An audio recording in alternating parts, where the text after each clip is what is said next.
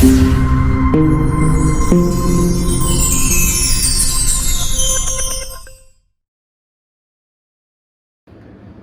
To കുഞ്ഞിയെടുക്കള. അപ്പം ഇന്നത്തെ recipe എന്ന് പറയുന്നത് ഗോതമ്പ് പൊടി വെച്ചിട്ടുള്ള ഒരു അവലോസ് പൊടിയാണ്. അപ്പം സാധാരണ നമ്മൾ അരിപ്പൊടി വെച്ചിട്ടാണ് അവലോസ് പൊടി ഉണ്ടാക്കുന്നത്. പക്ഷേ ഇത് അതിൽ നിന്നും വ്യത്യസ്തമായിട്ട് ഗോതമ്പ് വെച്ചിട്ടാണ് ഞാൻ ഈ അവലോസ് പൊടി ഉണ്ടാക്കിയിരിക്കുന്നത്. അപ്പം വളരെ കുറച്ച് ഇൻഗ്രീഡിയൻസ് കൊണ്ട് തന്നെ നമുക്ക് ടേസ്റ്റി ആയിട്ട് ഈ അവലോസ് പൊടി എങ്ങനെ ഉണ്ടാക്കുന്നതെന്ന് ഒന്ന് കണ്ടു നോക്കാം. അപ്പം ഈ അവലോസ് പൊടിക്ക് വേണ്ടിയിട്ട് ഞാൻ ഒരു 1/2 കപ്പ് ഗോതമ്പ് പൊടിയാണ് എടുത്തിരിക്കുന്നത്. ഇത് ആശീർവാദിൻ്റെ ഗോതമ്പ് പൊടിയാണ്. ഇപ്പം നിങ്ങൾ വീട്ടിൽ പൊടിക്കുന്ന ഗോതമ്പ് പൊടിയാണെങ്കിൽ ഇനിയും നല്ല ടേസ്റ്റ് ഉണ്ടാവും. കാരണം അതിൽ തവിടോടുകൂടി നമുക്ക് ആ ഗോതമ്പ് പൊടിച്ച് കിട്ടുന്നതുകൊണ്ട് നല്ല ടേസ്റ്റ് ഉണ്ടാവും. പിന്നെ ഞാൻ ഇതിന് മധുരത്തിന് വേണ്ടിയിട്ടുള്ള ശർക്കരയാണ് എടുത്തിരിക്കുന്നത്. അപ്പം നിങ്ങൾ എടുക്കുന്ന ഗോതമ്പ് പൊടിക്ക് അനുസരിച്ചുള്ള മധുരം ചേർത്ത് കൊടുക്കാം. പിന്നെ തിരുമിയ തേങ്ങ. ഇപ്പം വളരെ കുറച്ച് ഇൻഗ്രീഡിയൻറ്റ് വെച്ച് തന്നെ നമുക്ക് ടേസ്റ്റി ആയിട്ടുള്ള അവലോസ് പൊടി എങ്ങനെ ഉണ്ടാക്കുന്നതെന്ന് ഒന്ന് കണ്ടു നോക്കാം. ഇപ്പൊ ആദ്യം നമുക്ക് ഈ ഗോതമ്പ് പൊടി നന്നായിട്ടൊന്ന് വറുത്തെടുക്കണം. അപ്പൊ അതിന് വേണ്ടിയിട്ട് ഞാനൊരു പാൻ വെച്ചിട്ടുണ്ട്. ഈ ചൂടായ പാനിലേക്ക് നമുക്ക് ഈ ഗോതമ്പ് പൊടി ഇട്ട് കൊടുക്കാം. അപ്പൊ വളരെ സിമ്മിൽ വെച്ചിട്ട് വേണം ഇത് വറുത്തെടുക്കാനെ കൊണ്ട് കരിഞ്ഞു പോകരുത്. ഇത് നല്ല മൂത്ത് ഒരു മണം വരുന്നിടം വരെ നമുക്ക് നന്നായിട്ട് ഇത് ഫ്രൈ ചെയ്യണം. ഏകദേശം ഒരു 10 മിനിറ്റോളെങ്കിലും ഇത് നന്നായിട്ട് വറുത്തെടുക്കണം. അപ്പൊ ഈ ഗോതമ്പ് പൊടിയുടെ കളറൊക്കെ ചെറുതായിട്ടൊന്ന് മാറും. അപ്പൊ അതുവരെ നമുക്കിതൊന്ന് വറുത്തെടുക്കാം. അപ്പൊ കൈവിടാതെ തന്നെ വറുക്കണം, ഒട്ടും കരിഞ്ഞു പോകരുത്. അപ്പൊ ഇതിന്റെ ആ പച്ച ഒരു മണമൊക്കെ പോകുന്ന വരെ വറുക്കണം.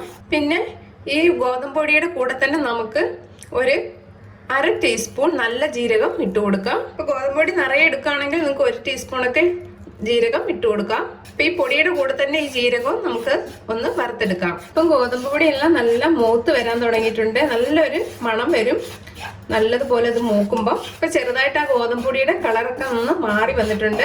ഇപ്പൊ നമ്മൾ ഈ വറുത്തോണ്ടിരിക്കുമ്പോൾ തന്നെ നമുക്ക് മനസ്സിലാവും ഗോതമ്പ് പൊടി നല്ല മൂത്ത് കഴിഞ്ഞാൽ കൊണ്ട് നല്ലൊരു മണവും വരും. അതേപോലെ തന്നെ പൊടിയുടെ കളറും മാറി തുടങ്ങും. കൈവിടാതെ തന്നെ ഇതേപോലെ ഇളക്കിക്കൊണ്ടേ ഇരിക്കണം. അപ്പൊ ഞാൻ ഇത് നന്നായിട്ട് വറുത്തെടുത്തിട്ടുണ്ട്.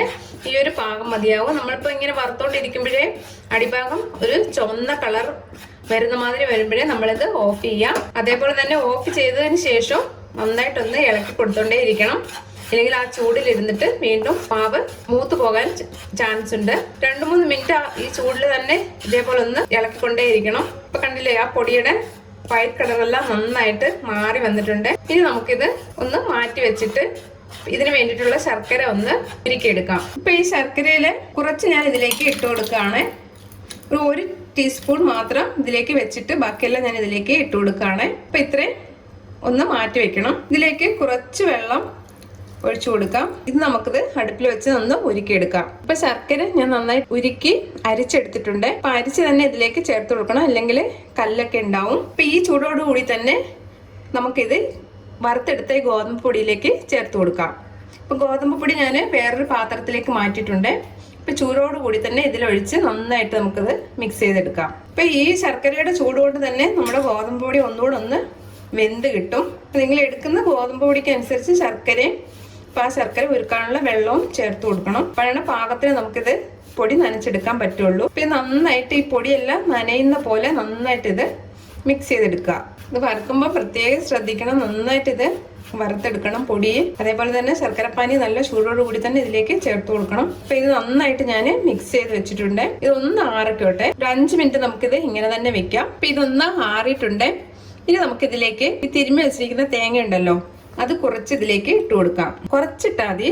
അതേപോലെ തന്നെ നമ്മൾ ബാക്കി വെച്ചിരുന്നില്ല ആ 1 സ്പൂൺ ശർക്കര ചരണ്ടിയത്, അത് ഇതിലേക്ക് ചേർത്ത് കൊടുക്കാം. ഇനി ഇതൊന്ന് മിക്സ് ചെയ്തെടുക്കാം.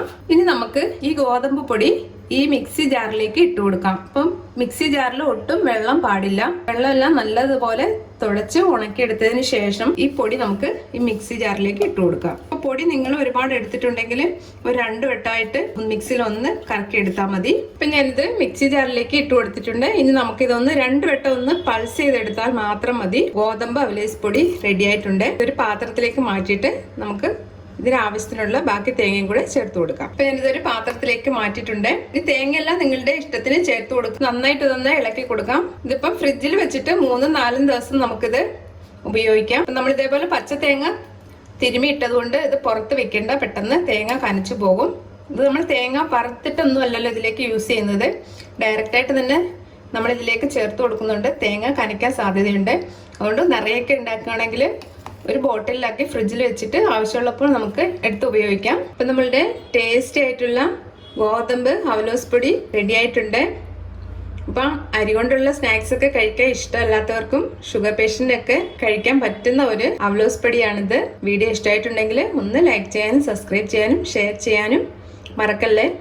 താങ്ക്